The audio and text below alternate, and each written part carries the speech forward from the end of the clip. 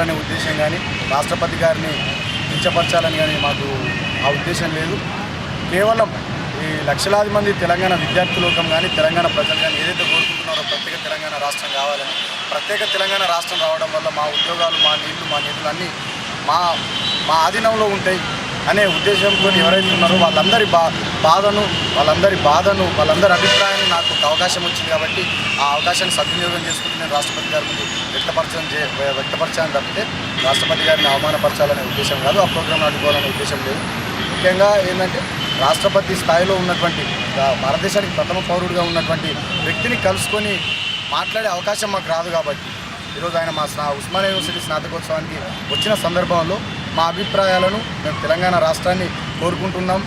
మేము తెలంగాణ మా రాష్ట్రం మాకు కావాలని కోరుకుంటున్నాం. మా వనరులు మాకు కావాలని, మా ఆధీనంలో ఉండాలనే ఆకాంక్షను మేము వ్యక్తపరుస్తున్నామనే విషయాన్ని ఆయన దృష్టికి తీసుకుపోవాలని చెప్పేసి మేము ఆ రకంగా ప్రవర్తించడం జరిగింది. ఎందుకంటే గతంలో ఆయన పార్లమెంట్ ఉభయ సభలను ఉద్దేశించి రాష్ట్రపతి గారు చాలా స్పష్టంగా వారిచే తెలంగాణ గురించి యూపీఏ క్యాబినెట్ మాట్లాడించింది కాబట్టి ఈరోజు భారతదేశ ప్రథమ పౌరుడి వ్యాఖ్యలకు, భారతదేశ రాష్ట్రపతి వ్యాఖ్యలకే ఈరోజు విలువ లేకుండా పోతున్నటువంటి పరిస్థితి ఈరోజు యూపీఏ గవర్నమెంట్ చేస్తుంది.